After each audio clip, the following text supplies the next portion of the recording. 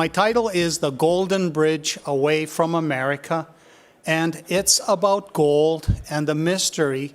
Why is gold at 2,900 and nobody seems to care about our sector? And there's been some explanations offered, and I'm going to talk about why they don't really wash. So this graphic here shows you the gold production, annual gold production going back to 1845.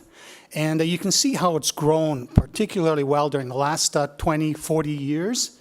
But this is, blue line is $35 gold in 1934, inflation adjusted to the present, where it should only be $860 if it were just serving as an inflation hedge, as many people say that is its true role.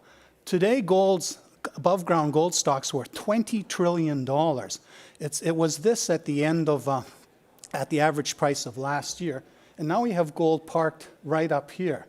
And yet there seems to be this expectation that it's going to crash back below $2,000 and wipe out the real price gain that's happened since then. So this number is critical. After gold was released from its prison and popped up and then stabilized here and went sideways for more than 20 years, it has now risen, and this is where gold should be inflation adjusted. It's way up here, and that's an 85% real gain. It was about 150% in real gains in 1980, and it unleashed tremendous supply from the mining industry, because what had become high-hanging fruit suddenly became low-hanging fruit, and the mining industry went to town and started mining it. Now, we're back in an uptrend, but now we've got this question. Oh, by the way, in this period, 3.5 billion new ounces were created on top of the 3.2 billion that had been accumulated over time immemorial. And so there's now 6.7 billion ounces sitting around there somewhere in vaults, a little bit fabricated into golden teeth and stuff like that, and fair amount into jewelry, but it's all sitting there not being useful, such as other precious metals like silver and platinum. And here you can see how even back here, I created this index at the start of 2020, how the gold producers have lost their superior role as a proxy for gold. And even now, they're struggling to catch up. This gold producer index is a key thing you have to watch, because it's when the gold producer index blasts through the gold trend line, that's when you know that the public believes that the gold price is sticky. But it's still lagging, and you can see the hesitation. And every day, there's a little $40 drop in gold, even though it's like 0.1%. You can see my screen of the juniors and the producers go red. This market is terrified that this gold price can't last. So let's put this also into a sort of a quantitative context. The green is global GDP in US dollars. The gold is the above ground gold stock priced at the average price, and then the red is the average price and the high-low for the period. And you can see the long bear market during which they said it would go to 2,000 and it didn't. Then it finally has, and we're sitting up here. Now that's one way of looking at this. It doesn't mean much. I've juxtaposed the gold price with the GDP and the gold stock. But what if we take the value of the gold stock each year, the average value, and divide it by the GDP and plot that as a percentage? So what was this all about? So most of you will probably remember 1979 Tehran hostage crisis, Russia invading Afghanistan, a period of great uncertainty for the United States. The world was stressed, and the price of gold shooting up to here, that was a function of extreme anxiety.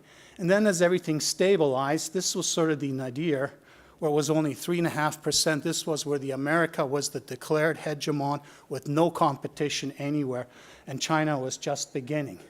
And then you can see it's now 16%, percent with the current GDP projected for 2025. Now, what if you take these number here and there and apply that to the current gold stock? So here you could see $4,000 would be the equivalent of the stress that was happening in 1980. And of course, it would collapse back to $600 when everything was going really, really well here with the internet just coming on stream, and America with no real competition anywhere. So which of these scenarios intuitively do you think the future holds for the world? So the GLD was created in 2005 to give investors a liquid way to hold gold without suffering a premium or discount depending on the mood of the market. And it's been quite effective. And you can see how when it was launched, it tracked it quite well. But look at this.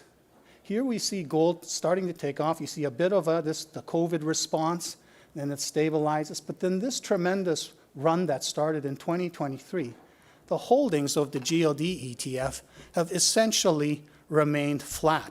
This is where ordinary people buy their gold. They don't buy a lot of physical gold because they can't afford the storage costs and all that. The public is not interested in gold.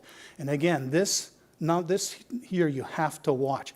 When it starts behaving like this, then we know people are no longer fearing gold's going back below $2,000. So during my 40 years I've been to these conferences, there's always been this endless litany about fiat currency debasement, about the growth of the debt and all that. And much of that was happening here when it was nothing. Now it's up here. But where are the debt gold hand ringers today? They're gone. Why are they gone? Well, and here we see what's happening. We've got a debt ceiling problem coming up right here that all of the Republicans have to vote for to prevent default. And you can see the trajectory. It's going to keep rising. So nothing's being done about the U.S. debt. And technically, gold's up because of that. But where do you feel the buzz amongst the people out there that, yes, we're buying gold because America can't sustain its debt? So here you can see where the problem was. This is Trump's COVID response. Monster thing. You can probably argue that was justified to keep a total all-out collapse of the economy.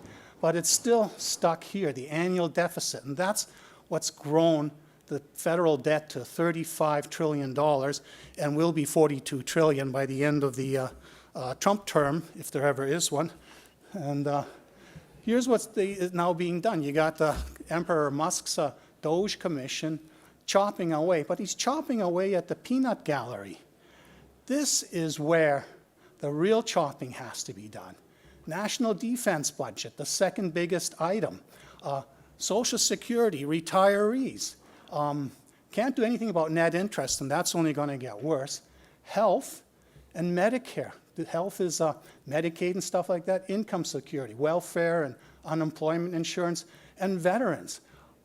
They do want to eliminate these things, but to make any difference, they need to attack this. And are they going to do that? Well, what if they do? I think we have an insurrection where even the MAGA crowd is going to come out with pitchforks and torches and go after Emperor Musk and his President Trump. So the past few weeks have not been a happy period for the crypto world. And you can see, here's the big Trump honeymoon. Everything takes off, gets over 100,000. But as people, I mean, when I was in Vancouver on the 20th, the inauguration hadn't happened yet. And I say, I don't think he's going to do all these terrible things that people say he's going to do. Well, I was totally wrong. The things he have done are like totally out to lunch, and nobody really expected these policies that he is now putting in place, nor this grotesque menagerie of unqualified people or whose qualifications appear to be that they were Fox pundits, has put them in important positions and fired all the competent people in the United States. Now, if this breaks down, and Bitcoin has been a big problem for gold because Bitcoin's the new gold, but Bitcoin, what's its value now? The Bitcoin's value is about $2 trillion. But there can be any number of Bitcoins. You can clone Bitcoin over and over again. It doesn't mean anything. Gold, you cannot clone. Gold is the only independent, safe haven asset that doesn't do anything useful, just as Bitcoin doesn't do anything useful, but you can't make more gold except by mining it. This will probably stabilize, but if that starts to fall apart, that is the most blatant indicator that Trump is losing favor with even his MAGA base. Now, what I have seen as the major problem from the past decade is the rise of China, especially when Xi Jinping took over, and bringing in the autocracy policies of the global East, Russia, China, North Korea, Iran, all the other dictatorships that are out there. You got the global South, which is sort of somewhere in between, and then the global West. And the global West, out of this top group here, they represent 52% of the GDP. So this is it's been a battle of what's going to happen to the global West. And the problem that I've been harping on is this. This is global West metal supply across the entire spectrum of metals. This is what the global East alliance of China, mainly China and Russia, produce, and this is what the global South produces. So if this geopolitical conflict between global East and global West really starts to become hot and trade, the globalized trade of all these raw materials freezes up, the biggest cluster of economies, the global West, are going to have a serious problem. So I've argued that we need to start supporting mining and exploration in secure global West jurisdictions and make sure that the global South throws its lot in with the global West rather than with China. Right now, we have been losing that battle. China has its mitts into all these global South countries, and they're not seeing any support from the global West. And this graphic basically sums up moral and political philosophy. I would like you all to be up here, which is the realm of democracy, science-based thinking, humility, pragmatism, compassion, freedom, stuff that the founders of America put into their Constitution, which was a radical experiment back in 1776 like had never been experienced before. And it is now under siege by the followers of true believers, and there's the left and the right. One grounds their true belief in divinity of some sort, and others in simple abstractions. But they all end up functioning by principles like hate makes great, might is right, and coercion is what this is all about.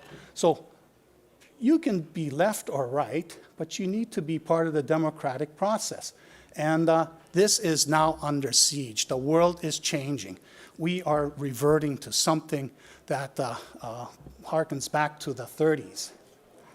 So the problem is the global West should be holding the line, but the United States' policy of United States, America first and alone, is creating MAGA land, and it's alienating its closest allies.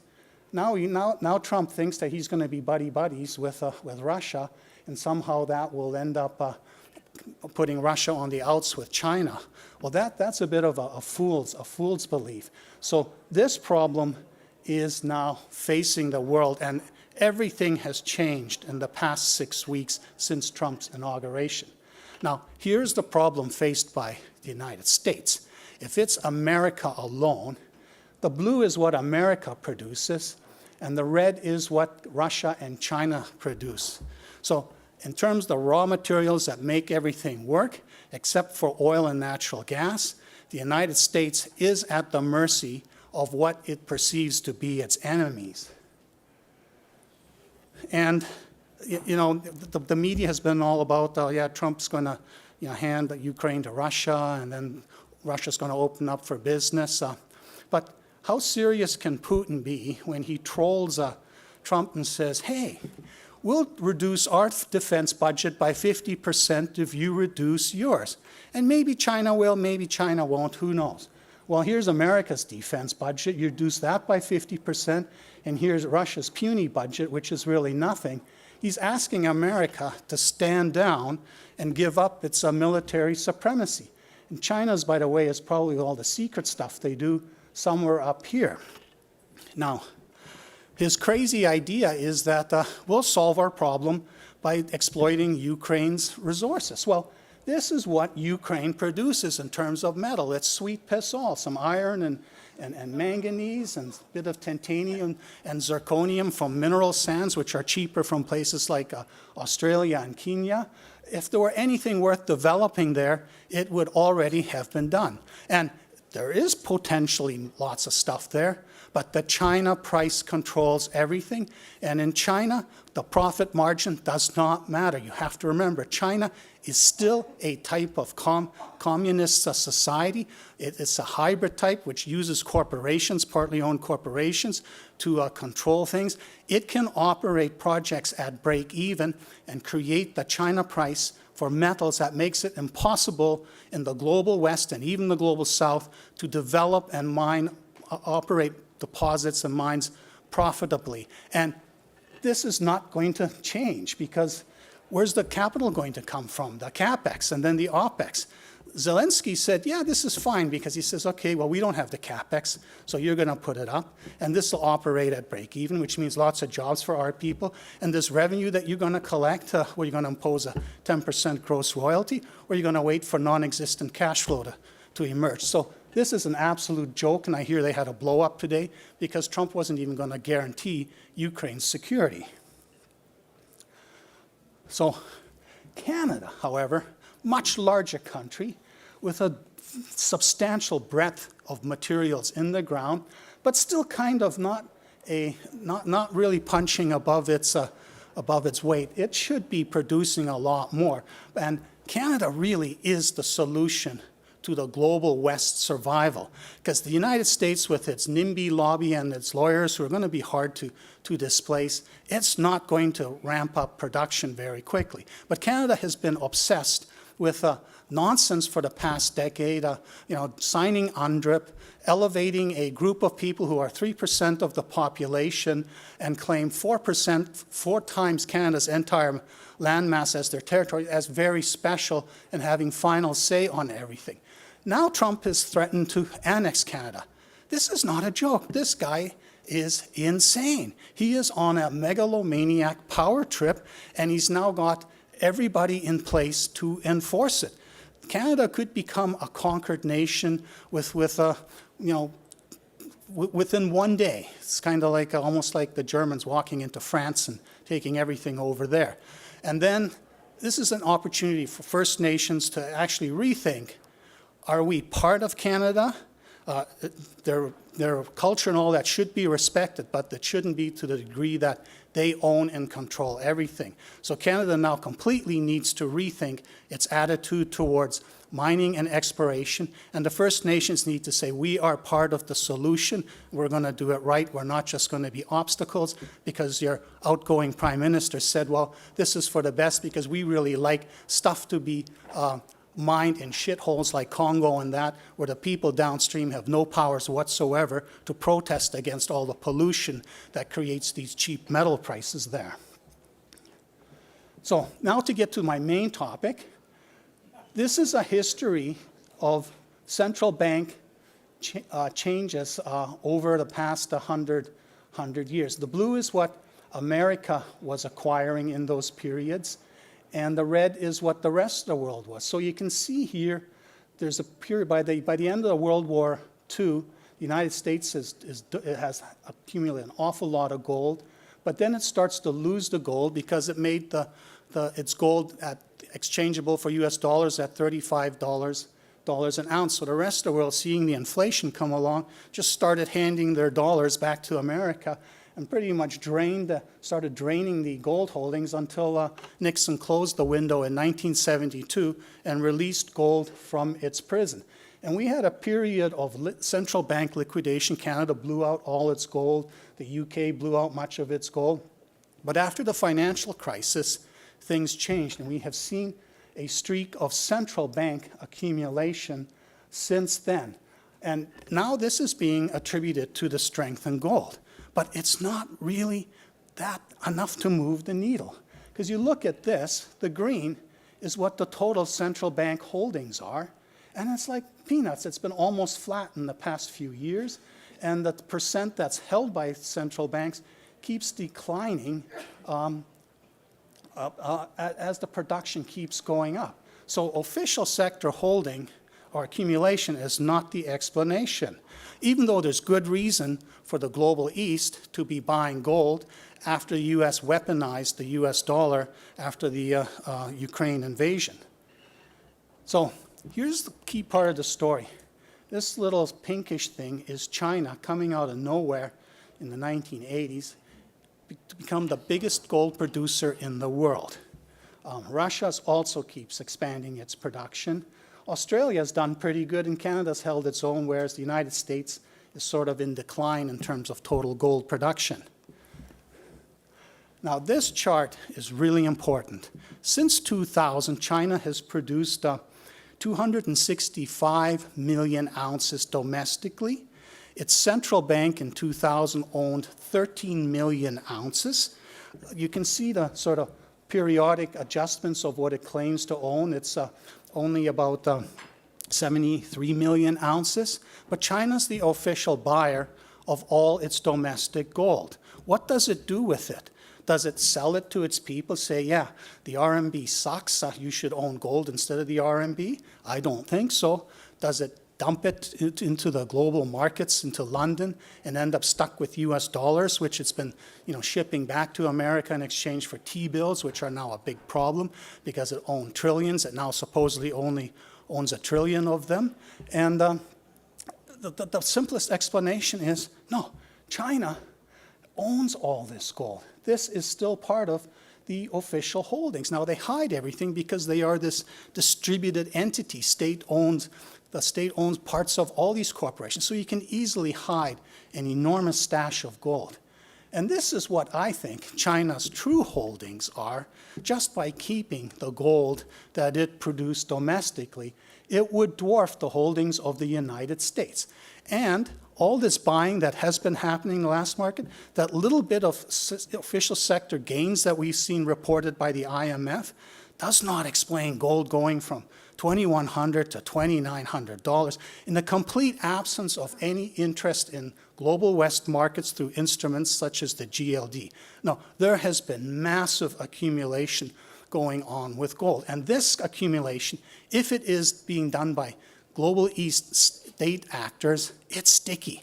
It's not coming back. This fear of gold going back down is unfounded, yet this fear is haunting our market.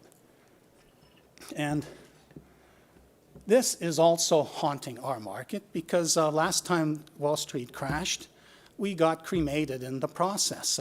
We fear this. We can see this coming up here. And the market has started to sour on Trump's trade tariff policies. I mean, supposedly on Tuesday, tariffs against Canada and Mexico kick in. The supply lines are back and forth and so interwoven that this is going to create huge complications for American businesses trying to make money. And this will introduce inflation, which is not going to make anybody happy, especially the MAGA who got all upset about the inflation from the past few years. So when all this starts to come together, we could see the market crash. And by the way, this AI stuff, AI is designed to replace what everybody does. And if people aren't doing anything, where does the basis for economic exchange come from? Where does the profit margin come from? It's supposed to come from people, not AIs doing stuff for each other. So for the past year, since the start of 2024, the daily changes in the GLD ETF have been nothing. Once in a while, there's a big one where there's some sort of adjustment. But we had an interesting run the past week and a half. 1.4 million ounces suddenly gained. It stalled again in the last while.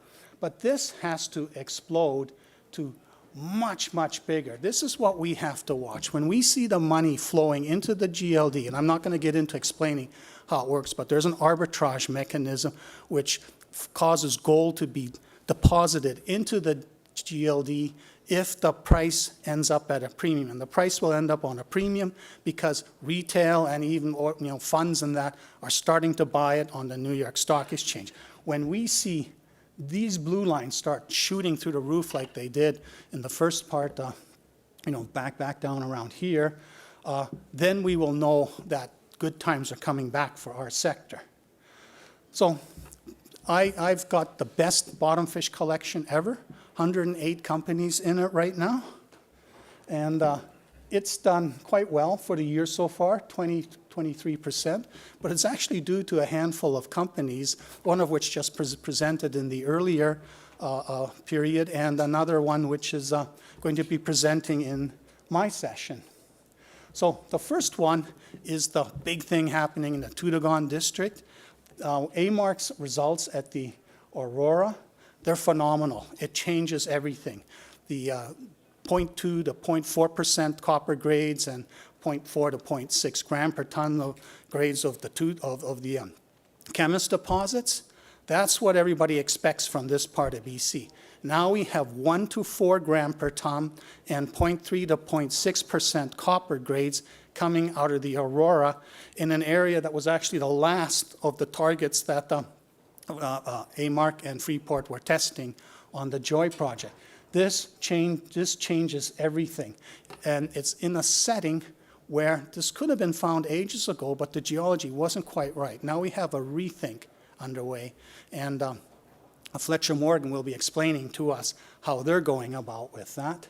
And here you can see, here's how the market's pricing AMARC's net 30% interest. Here's where TDG is. And then another one of my ones that are still on the bottom fish. Both of these got promoted to the favorites this year. This one is still lingering down here. We're going to see much bigger increases in these valuations. The other big story in the past few years has been Snowline Gold's valley discovery, an intrusion-related gold system in the Yukon. Again, these things are typically, 0.4 to 0.8 gram per ton in the Yukon in the Tombstone Gold Belt. Here we suddenly have 1 to 2 gram per ton grades, and they've reported a 7 million ounce resource, and it's still growing. This is forcing a complete rethink of the Yukon's potential. And again, it was in a place where there'd been decades of exploration, and this was not found. So there's these exciting things happening, and the company in that sector is it's Trifecta, which has got a valuation of only $8 million. Snowline's at $1 billion.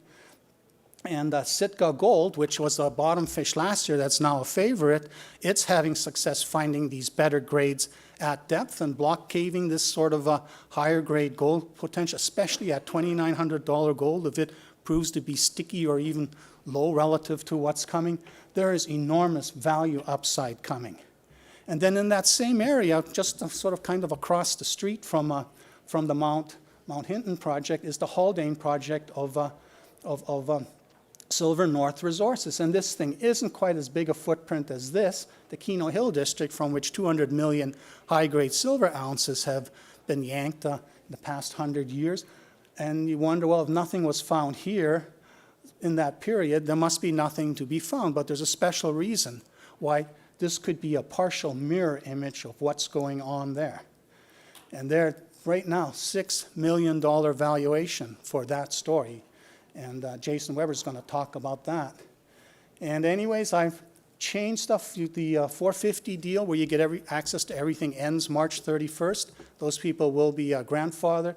I have launched a Substack. I'm going back to like 30 years when I had a $99 product and 3,500 subscribers, down to next to nothing right now. But if I'm right that we're launching into a major, major bull market, and that all this, my histrionics about America collapsing into some sort of fascist autocracy prove just pure histrionics, and we actually start getting back to the global West competing against the global East and looking hard for metals within their own jurisdiction. I think this is going to be very popular. So if 450 is too much for you, check out the Substack thing to get access. That's $10 a month. Thank you very much.